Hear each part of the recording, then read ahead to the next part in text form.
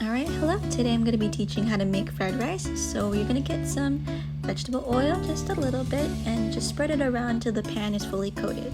And then you're going to get onion and garlic, and you're just going to dice them up into little pieces like this.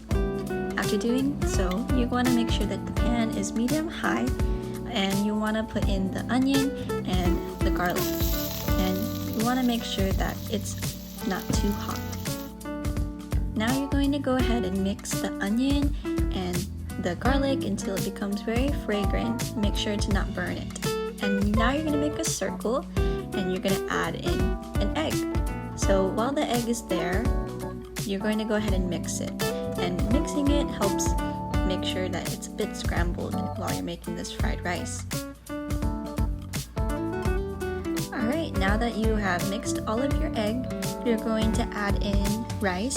I like to use the day-old rice, just any leftover rice that you have, and you're going to add it into the pan.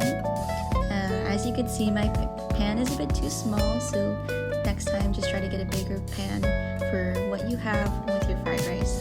And then you're just going to go ahead and mix everything together with the rice. And now you're going to go ahead and add a chicken bouillon. I like to use the full cube. It just depends on how many cups of rice you're using. This helps give it a bit of that meaty chicken flavor.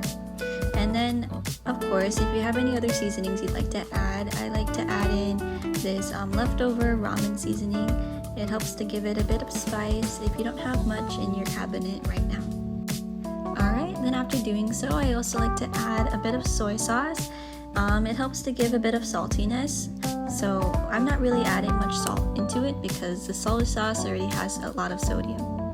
Okay, so once you got everything mixed together, it's the same color, it is ready to eat. Thank you!